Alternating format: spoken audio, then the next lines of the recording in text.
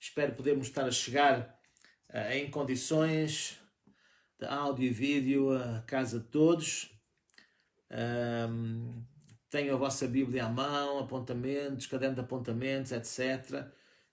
Porque vamos falar de coisas muito importantes, princípios muito importantes da Palavra de Deus, e é tão bom estarmos juntos, né? Mas vamos começar com uma palavra de oração, amém? Aleluia. Te damos glória a Jesus nesta noite por podermos partilhar este espaço online, esta igreja, Senhor, nesta plataforma tão boa que nos permite, né? Nos permite chegar na mesma, de alguma forma, ao coração das pessoas com a Tua Palavra, porque a Tua Palavra não tem limites, Senhor, não há distância geográfica que impeça a Tua Palavra de operar na nossa vida.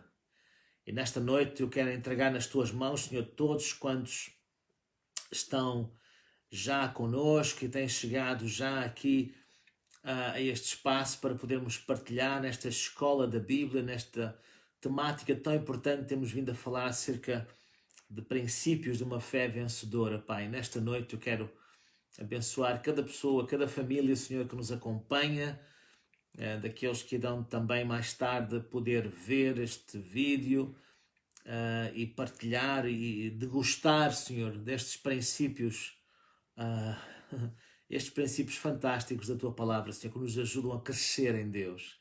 Por isso, nesta noite eu te dou graças porque a Tua Palavra não tem barreiras, não tem limites geográficos. A Tua Palavra, Senhor, conforme está escrita, ela é enviada e sara, ela é enviada e cura, ela é enviada e transforma, ela nos ensina. E nesta noite nós declaramos, Senhor, que a Tua Palavra ela vem como óleo fresco, a Tua Palavra vem como uma unção fresca na nossa vida.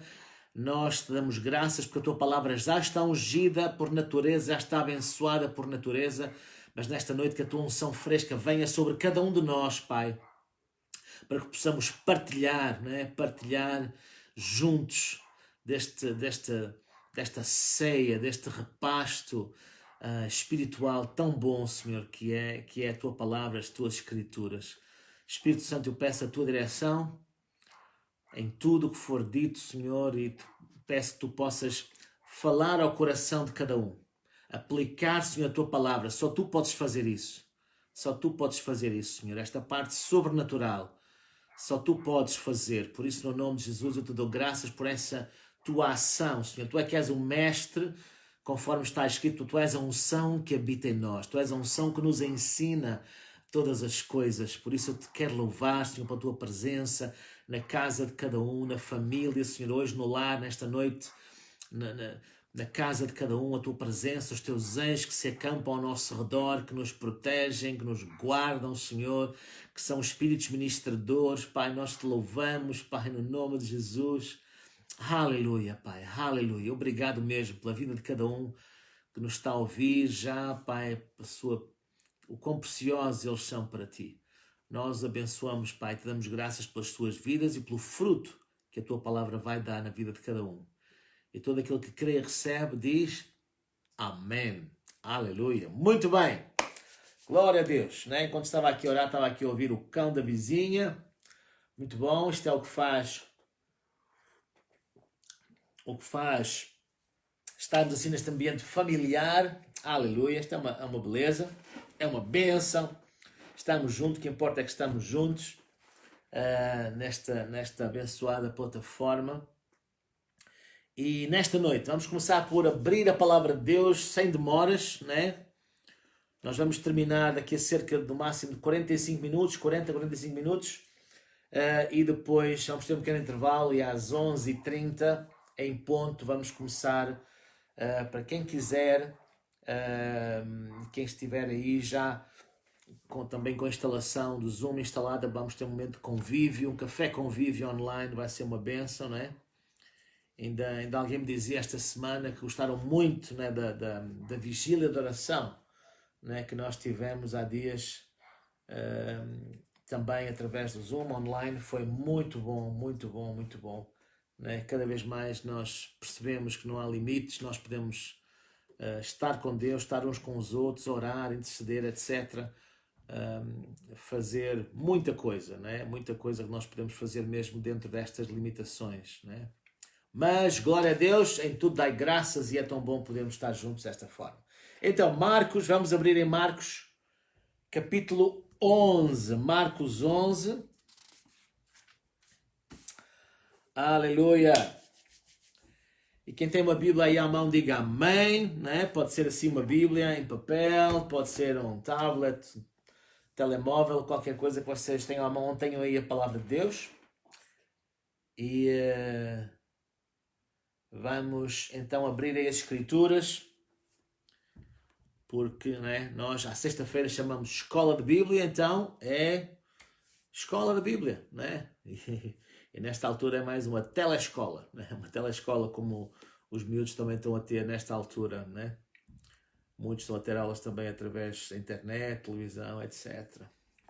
Então, Marcos 11 é um texto que eu penso que muitos conhecerão e que é para mim um dos textos favoritos, né? acerca do tema da fé, né? Acerca do tema da fé. Nós já conhecemos mais ou menos o que é que se passa aqui em Atos, né? Já sabemos o que é que se passa aqui, desculpem, em Marcos, aliás. Marcos capítulo 11, né? Isto passa-se cerca de uma semana, mais ou menos, alguns dias antes da Páscoa. Jesus tem aquela entrada triunfal, mas depois, né, ele tem aquela situação, né, em que ele realmente não fica nada bem disposto, né, quando vê aquela situação negocial, aqueles negócios escuros a ocorrer no templo, né, e ele tem, né, aquela intervenção de derribar, né, as mesas, os cambistas, etc., pôr tudo ali em pantanas. Os religiosos não gostaram disso, mas isso é normal, né? Os religiosos não gostam muito da intervenção de Jesus, mas isso não era só há 2000 anos, continua a ser hoje, né? E Jesus estava, digamos assim, nesta sua ação em Jerusalém. Jesus estava a pernoitar em Betânia, que ficava perto, né? Ali também onde morava o seu amigo Lázaro, as suas irmãs, Marta e Maria. Jesus passava muito tempo, sempre que ia a Jerusalém, Jesus ficava muitas vezes em Betânia, porque era perto, era também apesar de ser província da Judeia, ali ficavam também muitos galileus, né? Habitavam ali muitos galileus na zona de Betânia, que ficava talvez a uns 3, 4 quilómetros, não muito longe de Jerusalém. E como nós sabemos, Jesus, há uma altura, né, tem fome. Nós vemos isso aqui a partir do versículo 12, né, de Marcos 11, versículo 12 em diante. Quando eles saíram de Betânia, Jesus teve fome, depois viu ao longe uma figueira, tinha fome, aproximou-se dela, não viu que não tinha figos, não era tempo de figos, e Jesus tem aquela afirmação que pôs a figueira realmente em maus lençóis, né? E disse-lhe: nunca mais ninguém coma fruto de ti, né? E a frase final do versículo 14 é muito importante. Diz que os discípulos ouviram, né? Os discípulos ouviram. Eles não viram nada, eles apenas ouviram e não viram nada acontecer. Aparentemente ficou tudo igual, né?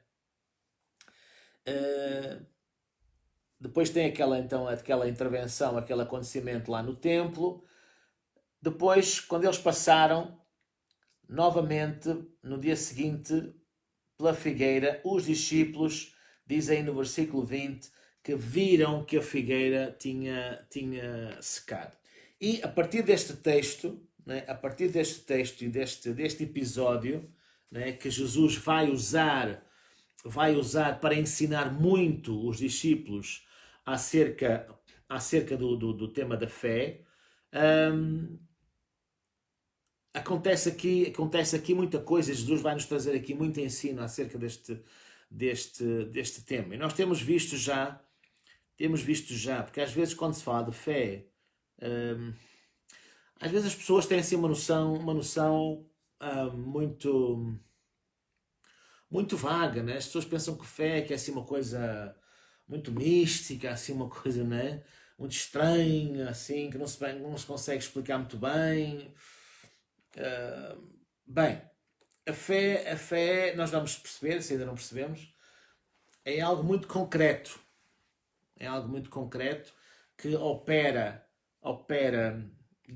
com princípios muito específicos, né? Com princípios muito específicos, e essa é uma das razões porque muitas vezes os filhos de Deus, e mesmo filhos de Deus, né? Já não estou aqui a falar de pessoas que não conhecem a Escritura, mas estou a falar de pessoas que vão à igreja, que já tomaram a decisão de seguir Jesus, hum, mas que têm muitas vezes dificuldade em viver, em viver esta fé, em viver esta fé. Porque ou por mau ensino, ou por falta de entendimento a vários níveis, por qualquer motivo, não conseguem aplicar as escrituras, não conseguem entender muito bem, né? E depois tem muitas dificuldades. E então nós já temos visto ao longo das últimas semanas acerca da questão da fé do coração. Isto é muito importante, né? Que fé é uma coisa, mentalização ou concordância mental é outra coisa diferente. Nós vimos isso já, penso que há 2 semanas, penso eu, foi por aí, qualquer coisa assim. Vocês podem depois ver o vídeo, está gravado e está disponível na página da igreja e aqui no grupo. E então, nós vimos já que não basta nós somente crermos, não é? Temos aquela expressão que ouvimos muitas vezes, é a fé que nos salva e tal, papapá. Mas qual fé, né? Todo mundo, especialmente as pessoas mais religiosas, toda a gente usa a palavra fé, né? Mas que tipo de fé? Que tipo de fé é esta? E quando Jesus aqui usa esta ilustração muito interessante da figueira para trazer princípios espirituais e ensino muito concreto sobre fé aos discípulos, né? Ele diz no versículo 22, tende fé em Deus. Tende fé em Deus. Ou, como algumas traduções dizem, mais de acordo com o original, tende o mesmo tipo de fé que Deus tem. Tendo o mesmo tipo de fé que Deus tem. E alguém pode pensar, mas ter o mesmo tipo de fé que Deus tem, mas isso é possível? Como é que eu posso ter o mesmo tipo de fé que Deus tem? Bem, meu caro amigo, o tipo de fé que Deus tem é o único tipo de fé verdadeiro. Então, se nós queremos caminhar na fé de Jesus, né?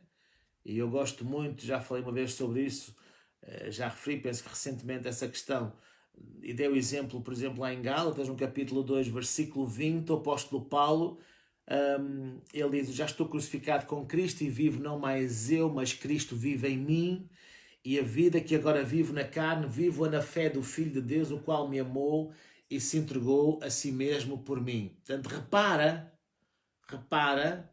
que Paulo não diz, eu vivo com fé no Filho de Deus. Ele diz, eu vivo na fé do Filho de Deus. Ou seja, eu vivo na fé do Filho. Ou seja, eu vivo no mesmo tipo de fé que o Filho tem. Nós somos seres espirituais criados à imagem e semelhança de Deus. Nós operamos dentro desses mesmos princípios. Né? Deus não tem um tipo de fé, uma qualidade de fé, e nós vamos operar numa fé diferente, com princípios diferentes. Não, é exatamente igual. É exatamente igual. Né? Se nós queremos caminhar nessa dimensão que Deus tem para nós temos que entender isso mesmo. Caso contrário, nunca lá chegaremos. Nunca lá chegaremos.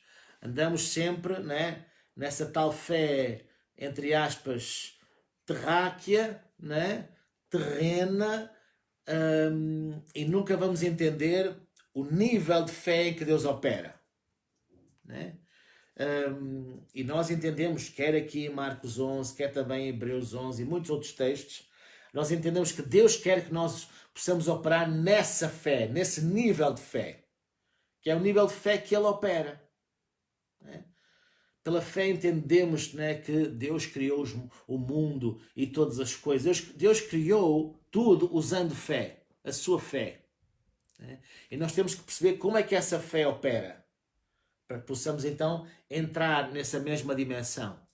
Né? Em 1 de João, penso capítulo 4, versículo 17, por aí, né, ele diz, né, assim como ele é, somos nós também neste mundo. Lá em João 14, 12, Jesus também disse, aquele que crê em mim fará as mesmas obras que eu faço.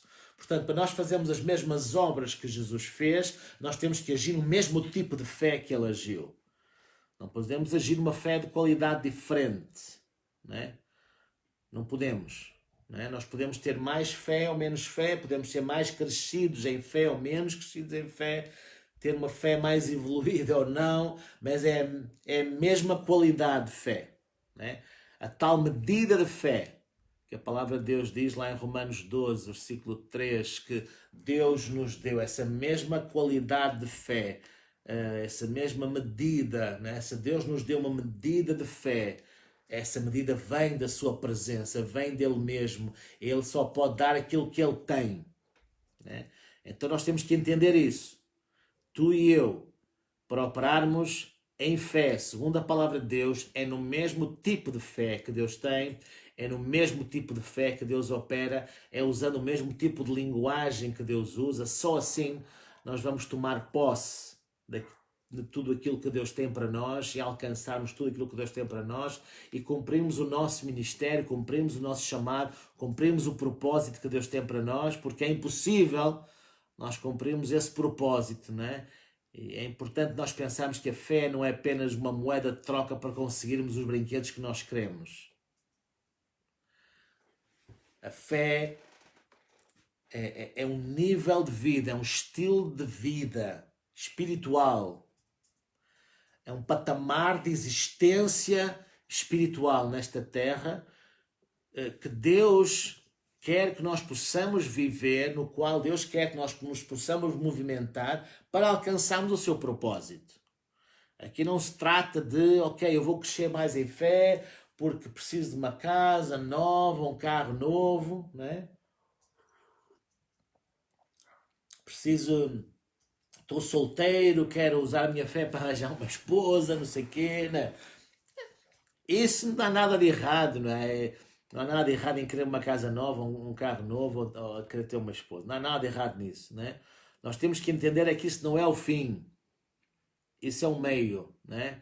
Isso são coisas que Deus tem para nós, mas para nós cumprirmos o seu propósito. Então, para nós cumprirmos o seu propósito, o seu plano, o seu chamado, nós temos que nos movimentar neste tipo de fé que Deus tem, que foi isso que Jesus ensinou aos discípulos, né? Então a palavra de Deus nós já vimos que nos ensina que nós não somente devemos crer no nosso coração, né? Não é apenas uma fé, uma concordância mental, uma fé que vem de dentro, né? Vem das nossas entranhas espirituais, vem do nosso coração, do nosso espírito, né? Mas também não só ele nos diz que nós devemos crer com o coração, mas não crer de uma forma vaga. Ele nos diz em que é que nós devemos crer, como é que nós devemos crer, de uma forma muito específica. Muito específica. Né? E quando lemos, por exemplo, aqui, em Marcos capítulo 11, né? E no versículo 23 nós lemos, Jesus diz, em verdade vos digo, se alguém disser este monte, ergue-te e lança-te no mar, e não duvidar em seu coração, mas crer que se fará aquilo que diz, tudo o que ele disser lhe será feito. Tudo o que ele disser lhe será feito. E por isso, depois ele diz no versículo 24, por isso vos digo que tudo o que pedirdes em oração, crede que o recebestes e será vosso. Como diz aqui na minha tradução, na edição contemporânea da Almeida. Sei que algumas traduções dizem um bocadinho diferente. Em vez de recebestes, diz recebereis, né? Mas realmente aquilo que Jesus está a dizer é que quando nós oramos, temos que crer na hora que recebemos, não é? Não é quem sabe um dia, talvez, não é? Isto tem mais a ver com esperança e não com fé. A fé crê na hora em que nós oramos, e é muito importante, é já um princípio muito importante nesta questão, quando nós estamos a orar em fé, nós temos que crer na hora que recebemos como se já tivéssemos na mão. Às vezes nós achamos que as coisas só existem quando nós as conseguimos ver, quando nós as conseguimos sentir, apalpar, tocar, etc. Nada disso, né? Nada disso. Qualquer coisa, antes de existir do ponto de vista natural, físico, ela existe já do ponto de vista espiritual, né? A palavra de Deus diz, por exemplo, lá em Efésios 1:3, que Deus já nos abençoou, né, com todas as bênçãos espirituais nos lugares celestiais em Cristo. Então, tudo aquilo que antes de existir do ponto de vista físico na nossa mão, já existe do ponto de vista espiritual. Aquilo que é natural e material é criado a partir daquilo que é eterno, a partir daquilo que é invisível, né? A partir daquilo que é espiritual, né? E isso dá lugar depois ao natural, né? Então Jesus aqui no versículo 24, né? E é importante agora aqui pensarmos, eu quero só salientar isto. Este versículo 24 fala de oração, mas não fala de oração, não fala de oração pelos outros, por intercessão, em termos de intercessão, não fala de oração em termos de consagração a Deus, não fala de oração de concordância, não fala de oração em espírito, fala de uma oração específica, é orar pelas nossas próprias necessidades. E eu quero já colocar este ponto, né? Este ponto que eu acho que é importante. Às vezes nós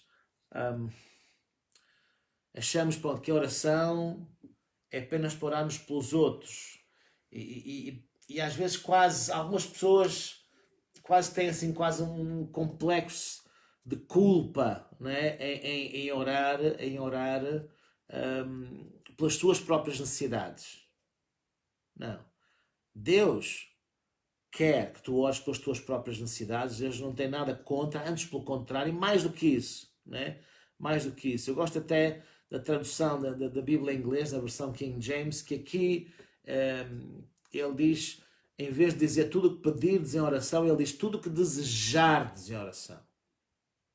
Desejardes. Eu gosto muito disso, né? Fala de desejo, né? A palavra de Deus também diz nos Salmos que Deus nos quer dar os desejos do nosso coração, à medida que nós nos deleitamos nele, né? Ele gosta de nos dar os desejos do nosso coração. Qualquer pai que ama os seus filhos, né, quer-lhes dar não somente aquilo que eles precisam, mas também aquilo que eles desejam. Não há nada de errado nisso. Às vezes nós temos ainda uma certa mentalidade, eu quase que lhe chamo medieval, né, desta visão de um Deus tirano, né, de um Deus que está lá, pronto, pode vir alguém com fome, mas dá-lhe assim, né, um pedaço de pão bolorento e tal, na sua infinita misericórdia, porque nós não merecemos nada, nós não prestamos para nada e não sei o quê. Vamos deixar um bocadinho essa mentalidade medieval, porque Deus não é nada disso. Okay? Deus é um pai amoroso. Deus não é um pai tirano, não é como dizia lá o filme com o Vasco Santana. Deus não é um pai tirano, é um pai amoroso, é um pai que deseja abençoar-nos. Okay? Às vezes, quando eu ouço certas pessoas orar, parece que ao longo dos anos, né, ao ouvir pessoas orar, parece que as pessoas tentam quase convencer Deus, né? Usar de todos o tipo de frases, né, para tentarem convencer Deus, cantar a canção do coitadinho, tentar convencer Deus a abençoá-los, pronto, já que não podem ter muito, mas pelo menos, né, o pão nosso de cada dia, como as pessoas costumam dizer e tal, não sei quantos, papapá, papapá. Jesus veio para nos dar vida e vida com abundância, ok? A Bíblia não diz que o meu cálice está cheio, diz que o meu cálice transborda. Sempre que nós vemos Deus abençoar alguém, é em alta medida, em alta escala, né? Quando Jesus abençoou e multiplicou pães e peixes para alimentar aquelas multidões, sempre sobrou em quantidade industrial, ok? Jesus sabia, não é? Pelo Espírito Santo, Deus sabia quantas pessoas estavam ali, Deus sabia a fome que as pessoas tinham, quanto é que ia ser comido, mas Deus fez questão de que sobrassem. Né? Primeiro 12 cestos cheios, né? E a Bíblia sublinha 12 cestos cheios, e depois 7 cestos cheios de pedaços de pão, de peixes, etc. Sobrou, né? E eles colocaram em cestos e certamente abençoaram alguém, especialmente quem terá também semeado para que aquilo acontecesse. Então, porquê que isso aconteceu? Porque Deus nos quer deixar um princípio. Deus quer que nós entendamos um princípio, né? Jesus um dia mandou Pedro pescar e disse: lança as redes. E Pedro disse: sim, Senhor, pesquei toda a noite, não pesquei nada, mas pronto, se a tua palavra eu irei, eu lançarei a rede. Mas Jesus não disse lança a rede, Jesus disse lança as redes, plural. Conclusão: o Pedro foi em obediência, mas foi com pouca fé. Às vezes nós obedecemos, mas com pouca fé, né? Tu podes obedecer com fé ou podes obedecer sem fé, né? Pedro obedeceu, mas obedeceu com pouca fé. Disse lança as redes. Portanto, Jesus deu a entender que ele devia chamar mais alguém, né? Porque ele depois foi obrigado a chamar mais alguém, porque ele só foi com o seu barco, ele tinha a sua rede, né? E Jesus disse, se vocês lerem o texto dele, disse lança as redes, plural, né? Então depois teve que vir outro barco, né? Com mais uma rede, como Jesus tinha dito, né? Se ele tivesse obedecido de início era mais fácil. E diz que quase os dois barcos iam a pique, tal era a quantidade de peixe. Porquê que Jesus fez aquilo? Foi só para se armar, dizer que era capaz? Não, né? Mas para nos dar a entender um princípio, o princípio da abundância. O princípio da abundância, o princípio de El Shaddai, o Deus mais do que suficiente. O Deus mais do que suficiente. O princípio de que Deus quer que o nosso gozo seja completo, como diz as Escrituras. O nosso gozo seja completo, né? Um pai se alegra a ver os seus filhos felizes. Deus alegra-se. Por isso, esta oração, este princípio de oração, esta oração que Jesus fala aqui em Marcos 11, 24, é a oração pelas nossas próprias necessidades e mais pelos nossos próprios desejos, né? E ele então diz, crede que o recebestes, né? Crede que o recebestes. É mais do que, não é tanto recebereis, como diz em algumas traduções, mas o recebestes, ou como diz, eu gosto muito de uma tradução aqui deste versículo, que é a Bíblia Interconfessional. Na Bíblia Interconfessional diz assim, neste versículo 24, Marcos 11: por isso vos digo, tudo o que pedirem em oração, creiam como se já o tivessem recebido. Creiam como se já o tivessem recebido, né? É fantástico. E assim acontecerá. Creiam como se já o tivessem recebido e assim acontecerá. Então nós temos que crer que recebemos a resposta antes de a vermos, antes de a termos na mão, porque se tu estás à espera de crer até veres a coisa materializar-se, então para que é fé? Não é?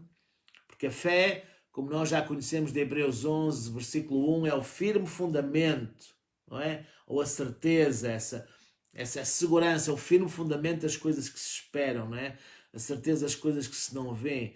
É essa segurança que nós temos, esse título de registro de propriedade, não é?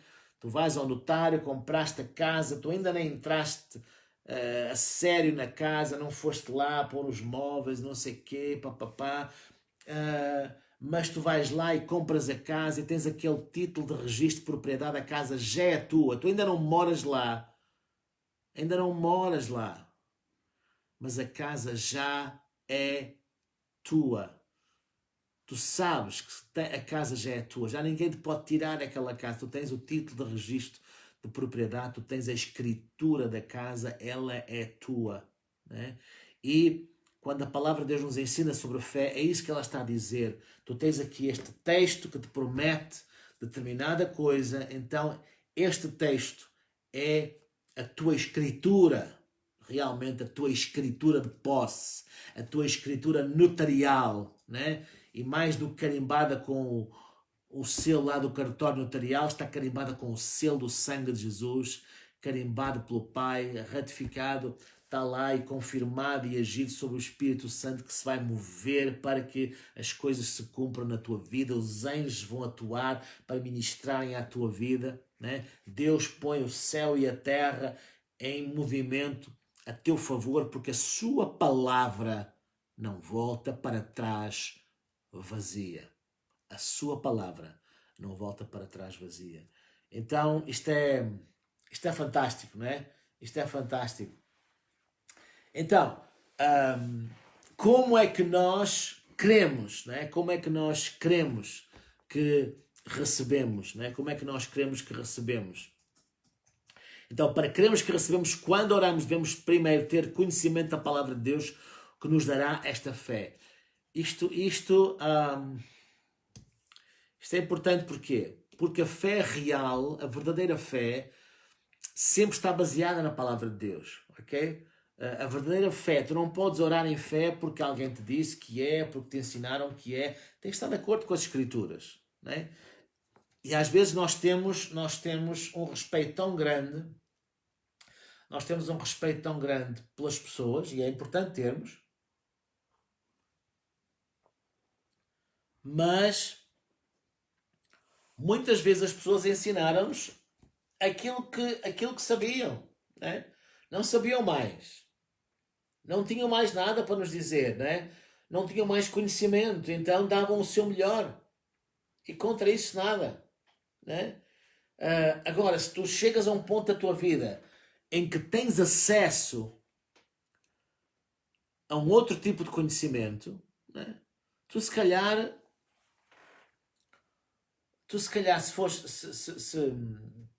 se viveste em Portugal, como a maioria das pessoas,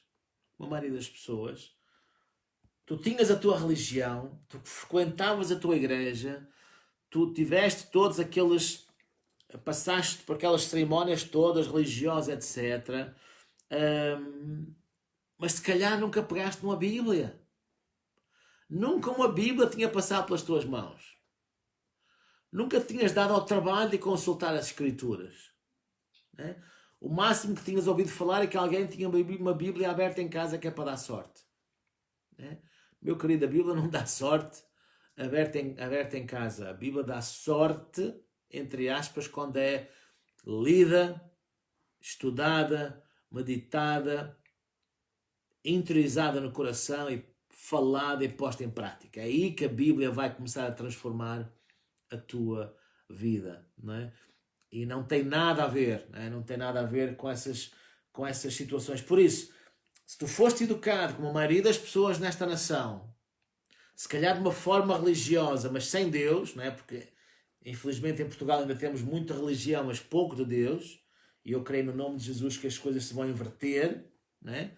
Creio que as coisas se vão inverter, não é? Se calhar temos aqui de religião e aqui Deus, não é? Mas gradualmente eu creio que com a ação dos filhos de Deus nesta nação, dos discípulos de Jesus nesta nação, a coisa tem que, né, começar a inverter-se. Eu creio nisso e isso vai acontecer cada vez mais na nossa e nas próximas gerações, que nós temos a obrigação de preparar e treinar para que isso aconteça também, para que Deus tome o lugar da religião, né, nesta nação, né? Agora, é importante perceberes uma coisa, é importante perceberes que sem a palavra de Deus, nada feito, né? Nada feito. Porquê é que tu tinhas, por exemplo, e eu, não é? Quer dizer, durante tantos anos, porquê é que tínhamos tantos preconceitos e tantas ideias estranhas, né, acerca de Deus, né? Quando me falaram de Jesus a primeira vez, quer dizer, aquilo inicialmente à minha mente não fazia sentido. Chocava contra tudo, quer dizer, batia de frente contra aquilo que estava assente na minha vida, que era supostamente a verdade, né?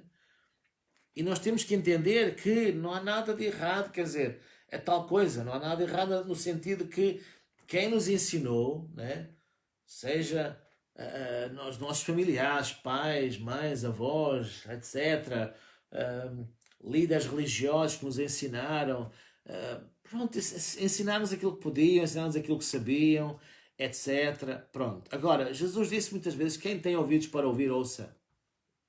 Né? E nós somos responsáveis pelo conhecimento que vamos adquirindo. Nós somos responsáveis pelo conhecimento que vamos adquirindo. Então, se tu estás a chegar a uma altura da tua vida em que estás a ter conhecimento e estás a poder ter acesso a um conhecimento real acerca de Deus, então é a altura depois da tua fé em prática, né?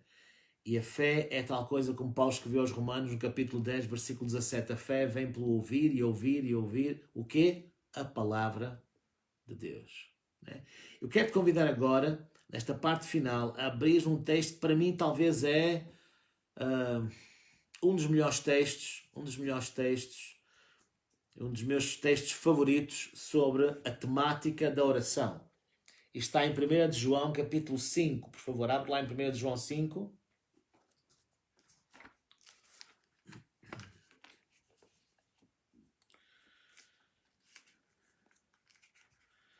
Bem, estão todos a seguir, estão a conseguir acompanhar o raciocínio, tudo desperto, né? Tudo alerta. Se precisarem, preparem um cafezinho aí para daqui a pouco.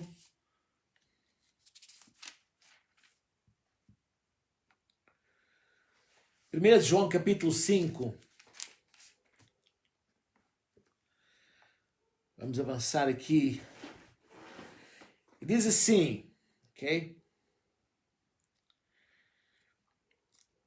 Versículos 14 e 15 de 1 de João 5. 1 de João 5, versículos 14 e 15. E esta é a confiança que temos nele.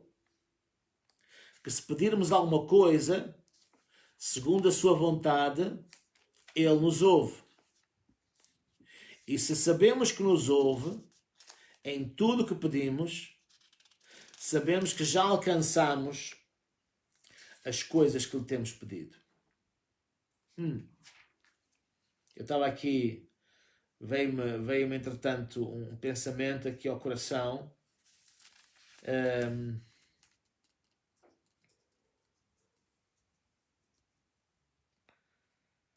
Aleluia. É isso mesmo.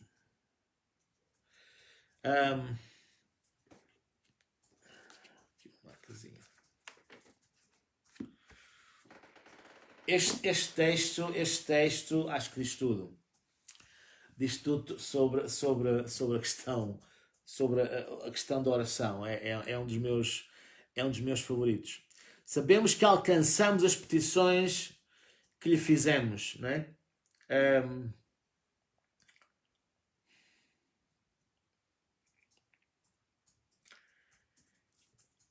Literalmente, esta palavra alcançamos tem a ver com ter, não é? Sabemos que temos as petições que lhe fizemos. Sabemos que temos, né, várias traduções, em vez de usar a palavra alcançar, tem o verbo ter. Sabemos que temos. Portanto, ele diz, esta é confiança. Eu gosto muito desta palavra confiança. Ok? Esta é confiança. E já vamos ver um bocadinho mais sobre isso. Um bocadinho mais sobre isso.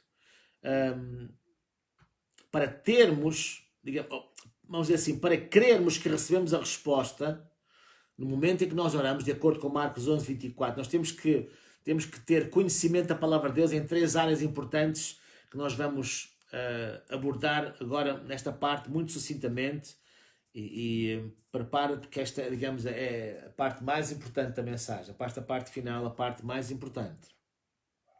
3 coisas muito importantes em relação aqui a estes versículos 14 e 15, este texto, não é? Esta é a confiança que nós temos nele. Eu gosto muito desta palavra. Esta palavra confiança. Penso que é Perúzia, ou assim uma coisa parecida lá no original. Em muitas traduções aparece uma palavra ousadia. Aliás, se nós vemos lá em Atos capítulo 4, né, aqui, por exemplo,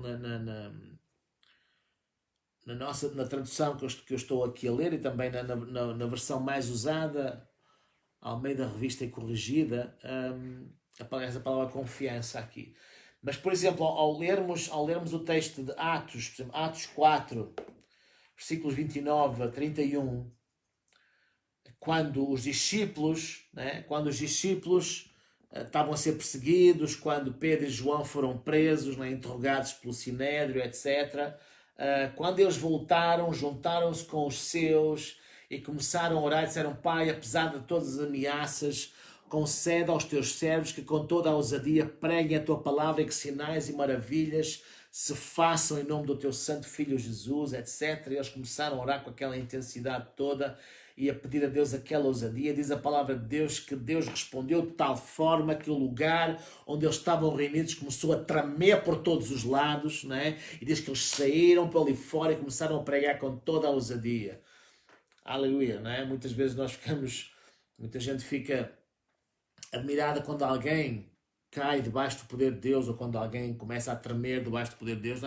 Admira-te quando o lugar onde tu estás, a casa onde tu estás vai tremer. Não é? Isso aí que é a coisa que nós temos que começar a preparar para isso acontecer.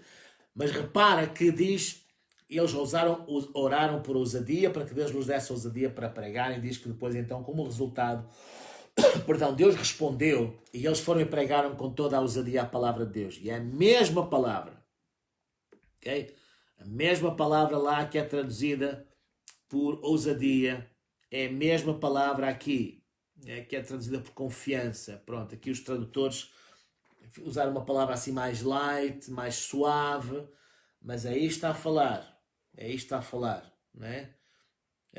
Esta é a ousadia que nós temos, esta é a confiança que nós temos, esta é a certeza que nós temos, não é? Esta é a certeza que nós temos. Que sempre que nós oramos de acordo com a sua vontade, Ele nos ouve, e se sabemos que nos ouve, sabemos que temos as coisas que nós lhe pedimos. Então, três aspectos muito importantes, né?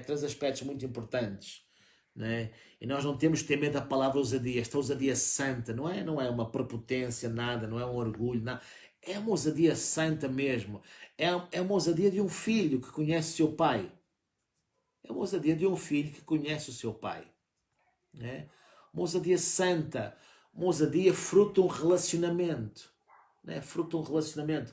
Né? Esta palavra ousadia não significa que há falta de respeito, que há falta de honra. Nada. Nada. Nada. Né? Nada. Né? Aliás, as pessoas que eu mais honro na minha vida, as pessoas por quem eu tenho maior estima e honra na minha vida, são as pessoas com quem eu tenho um relacionamento ainda mais informal. Portanto, honra e ousadia no tratamento, e confiança e informalidade não são opostos. Nada disso, antes pelo contrário, né? A verdadeira honra sempre traz essa ousadia santa, né? Porque nós sabemos e conhecemos quem é o nosso interlocutor, né? Sabemos e conhecemos, neste caso, o nosso Paizinho querido, nosso Pai Celestial, nosso Abba Pai, né? Então, temos essa ousadia, como diz também em Hebreus capítulo 4, versículo 16, é a mesma palavra que diz quando nós temos, algumas traduções dizem confiança, mas outras também falam em ousadia, é a mesma palavra que é traduzida aqui também em Atos 4, né? Temos essa confiança para entrar em sua presença diante do trono da graça, né? Diante do trono da graça. Muita gente não consegue usufruir da graça de Deus porque não entende ainda este tipo de relacionamento, né? Não entende ainda, né? E por isso está longe. São filhos, mas têm uma atitude de servos, né? De escravos. Não, nós somos filhos de Deus. Jesus chama-nos seus amigos, ok? Tu com os teus amigos estás à vontade.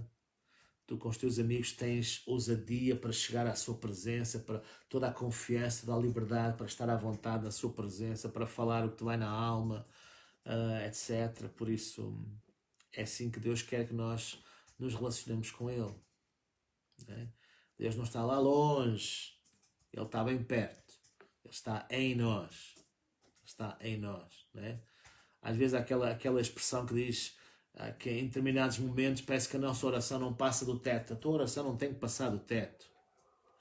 A tua oração só tem que chegar ao teu espírito, porque é lá que Deus habita. Okay? Deus está em ti. Deus está em ti. Deus não está lá longe, para lá do teto, né? Para lá do espaço celeste. Né? Deus está em ti. Né? Então, 3 coisas muito importantes aqui em relação a este texto. Primeiro, para sermos capazes de ter esta confiança, primeiro temos que conhecer a sua vontade. E a sua vontade é a sua palavra. A palavra de Deus é a vontade de Deus. A palavra de Deus é a verdade. Né? Isso está em João 17:17. A palavra de Deus é a verdade. Esta é a sua vontade. E é a vontade de Deus que nós tenhamos aquilo que a Bíblia nos promete que Deus tem para nós. Aquilo que Jesus, pelo qual já pagou o preço. Né? Esta é a vontade de Deus, que tu caminhes nessa dimensão, que tu possas usufruir daquilo que Jesus pagou para ti.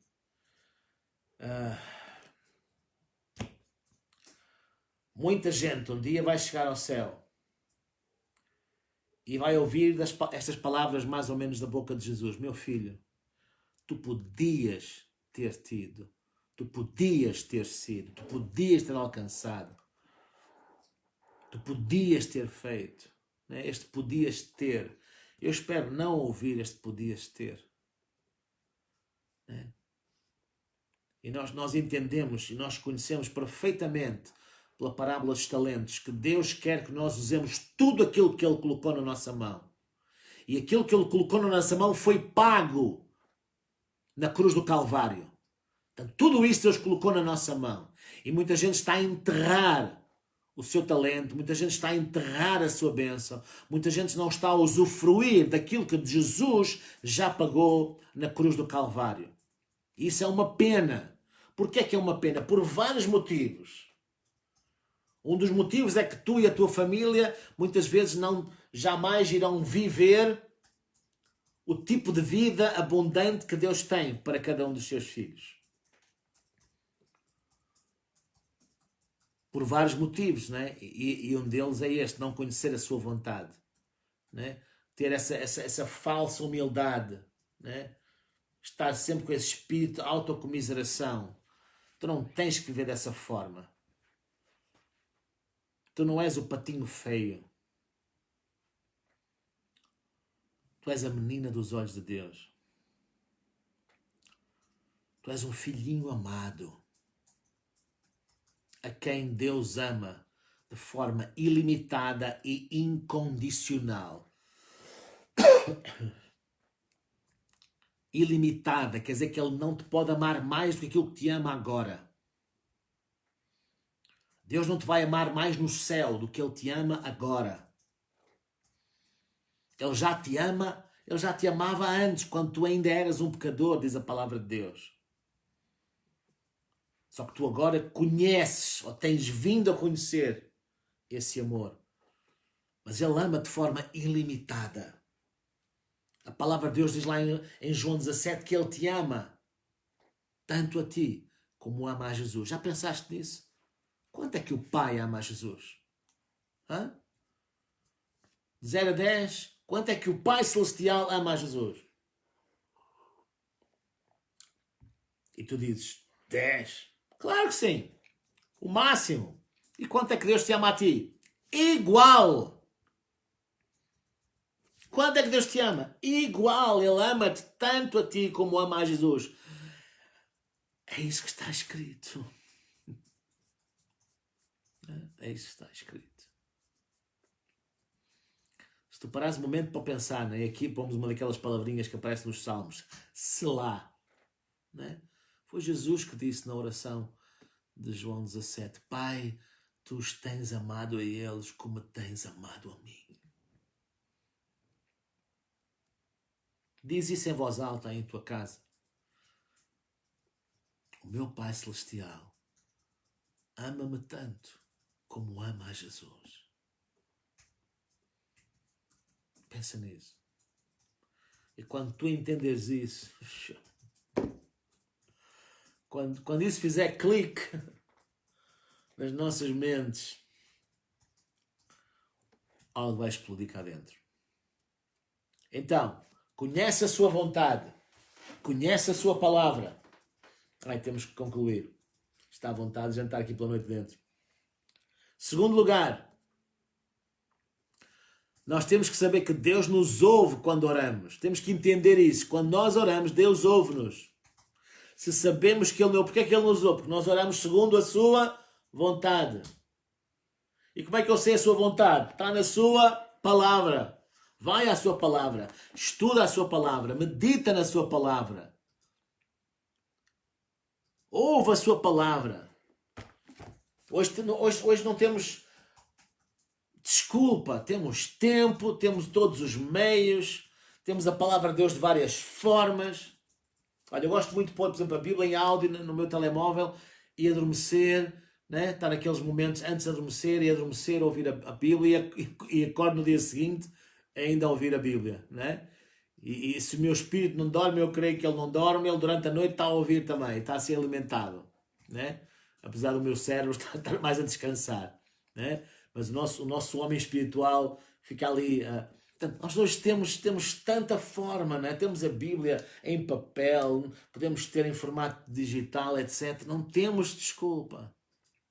Conhece a sua vontade, que é a sua palavra, né? Renova a tua mente. Porque assim, quando tu oraste, vais orar com mais confiança. É tal confiança, a tal ousadia. Só podes orar com ousadia ou com confiança quando conheces qual é a vontade de Deus. Senão vais estar sempre a medo. Senão vais estar sempre com dúvida. Será que? E este segundo ponto é, será que Deus me ouviu? Claro que ouviu. Deus não é surdo. Tantas vezes nós oramos por pessoas, tal, pastor, Deus o ouça, tal, Deus o ouve. Claro que Deus ouve. Deus ouve a mim e ouve a ti. Ora segundo a sua vontade, ora segundo a sua palavra. Claro que Deus te ouve. Claro que Deus te ouve. Né? A palavra de Deus diz lá que os ouvidos de Deus estão atentos, né? Estão atentos à oração do justo. É isso que fala lá em 1 Pedro. 1 Pedro 3,12. Os olhos do Senhor estão sobre os justos, seus ouvidos atentos à sua súplica. Né? E a palavra de Deus diz que nós somos justos, justificados em Cristo Jesus. Aquele que não conheceu o pecado, Deus o fez pecado por nós, para que nele fôssemos feitos o quê? Justiça de Deus. 2 Coríntios 5,21. Por isso podemos entrar com essa confiança.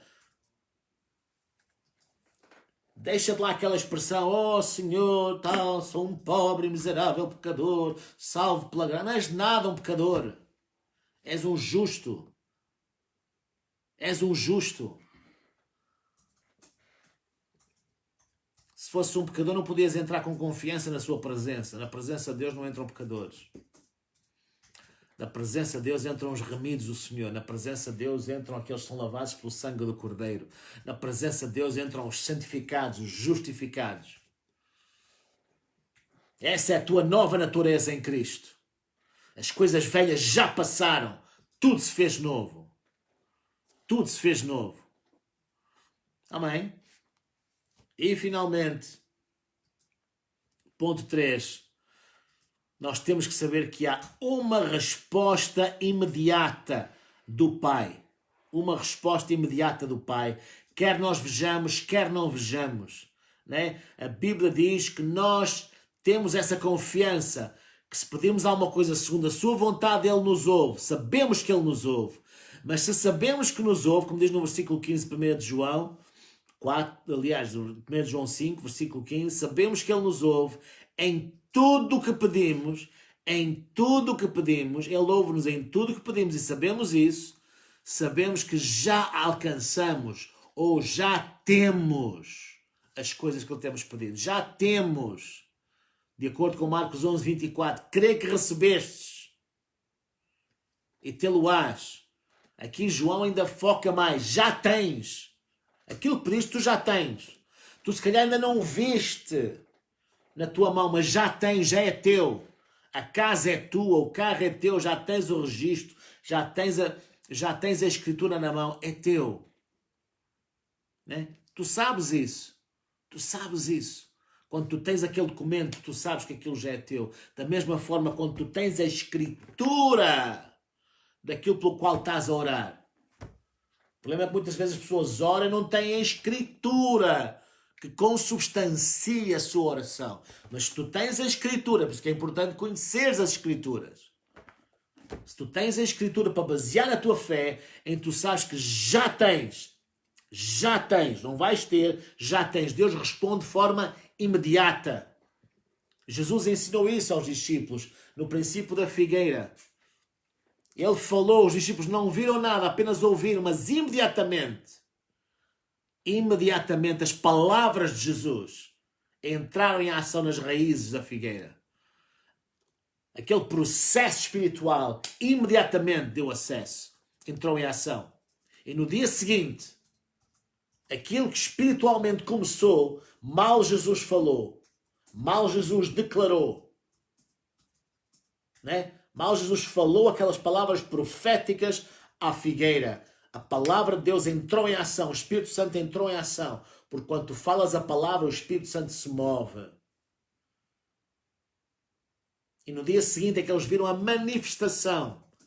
Não esperes pela manifestação. Tu não tens quando a coisa se manifesta. Tu tens quando crês naquilo pelo qual estás a orar ou que tu declaras de acordo com a palavra de Deus. É aí que tu tens. É aí que tu tens. Lembra-te da história de Daniel. Ele só viu a resposta de Deus 21 dias depois, no final do seu jejum. Mas o anjo informou, Deus respondeu imediatamente, na primeira hora em que tu oraste. Portanto, quando tu oras, quando tu pões a tua fé em ação, quando tu liberas a tua fé, nós vamos falar nas próximas semanas melhor sobre isso, como liberar a fé. Quando tu libertas a tua fé, isso é muito importante. É importante libertar a fé. A fé não é para estar comprimida, como o ar. Não, liberta a fé. Quando tu libertas a fé, quando tu oras, então tu tens essa certeza, essa confiança de que Deus respondeu. Tu tens essa firme persuasão que Deus respondeu. Tu estás firmemente persuadido, como diz lá acerca de Abraão, em Romanos capítulo 4. Abraão estava certíssimo, seguríssimo, que Deus tinha respondido, que Deus ia fazer aquilo que tinha falado. Ele já falava as coisas à existência, aquilo que não era, ele já falava. Então, esta é a palavra final. Espera isso de Deus, confia em Deus, crê em Deus, sabe, conhece a sua vontade, porque Deus quer que tu ores segundo a sua vontade. Para lá, às vezes, há pessoas que quando oram é sempre as mesmas palavras, sempre muitas vezes baseados em incredulidade, baseados em dúvida. Esquece lá esses clichês, ora segundo a palavra de Deus. Começa a orar a palavra. Não há nada mais poderoso à face da terra do que orares a palavra. Ora a palavra. Especialmente a nova aliança, o Novo Testamento, que é aí que tu moras. Tu moras no Novo Testamento, na nova aliança. Né? Moras na nova aliança. Portanto, conhece a sua vontade. Segundo, sabe que Deus te ouviu quando tu oraste. E em terceiro lugar, sabe, muito mais até do que crê, sabe que Deus te respondeu quando tu oraste. Por isso tu vês já isso visível. Tu fechas os teus olhos e com os teus olhos da fé, tu vês isso já a acontecer na tua vida. Ok? Usa a tua imaginação, ela é poderosíssima, assim como o homem imagina, assim ele é. Por isso põe, né, todos os teus sentidos em ação. Né?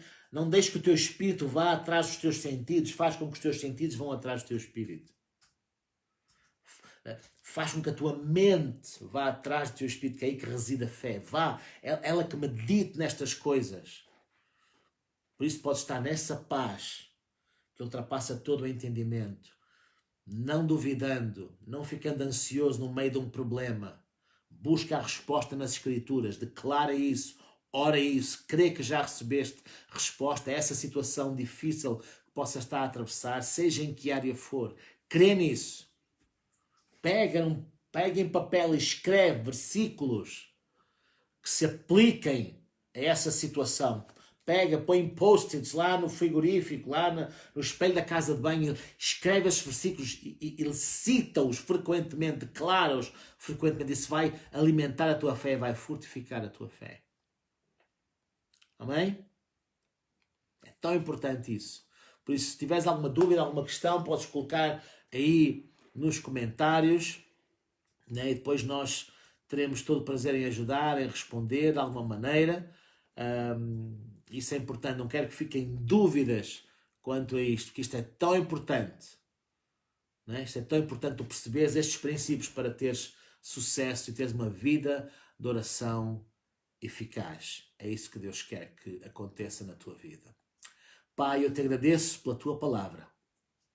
Obrigado, Senhor, porque eu creio que os nossos corações estiveram alerta, a nossa mente estava receptiva, Senhor, e a tua palavra, ela opera em nós cada vez mais, e assim como foi, né, com a figueira, mas no nosso caso de forma inversa, a tua palavra em nós ela vai produzir fruto. Né? Ali secou, mas no nosso caso vai produzir fruto, e fruto com abundância, Pai, no nome de Jesus. É isso que eu oro que aconteça na vida de cada pessoa, de cada família, Senhor, que a tua palavra ela não volta para trás, ela vai produzir aquilo para o qual ela é enviada, Senhor. Passarão os céus e a terra, mas a tua palavra não vai passar. Por isso eu te agradeço, Pai, por cada pessoa, por cada família. Eu os abençoo, Pai, com saúde divina. No nome de Jesus, se alguém está enfermo, Senhor, neste momento, está escrito que tu envias a tua palavra e saras, diz lá no Salmo 107, versículo 20. Por isso nós enviamos a tua palavra que sara neste momento, Senhor, corpos enfermos, restaura mentes, Senhor, oprimidas, emoções deprimidas, Senhor, todo o stress acumulado, Senhor, eu declaro paz no nome de Jesus, porque o príncipe da paz habita em nós. Essa paz que excede todo o entendimento, Senhor, possa abundar no coração, na mente, nas emoções de cada pessoa, Senhor, que nos está a escutar neste momento. Eu te agradeço, Espírito Santo, porque à medida que a tua palavra é falada, Senhor, tu operas na nossa vida e nos transformas de fé em fé, de glória em glória, conforme a imagem de Jesus. Eu te agradeço por isso, Pai. Amém.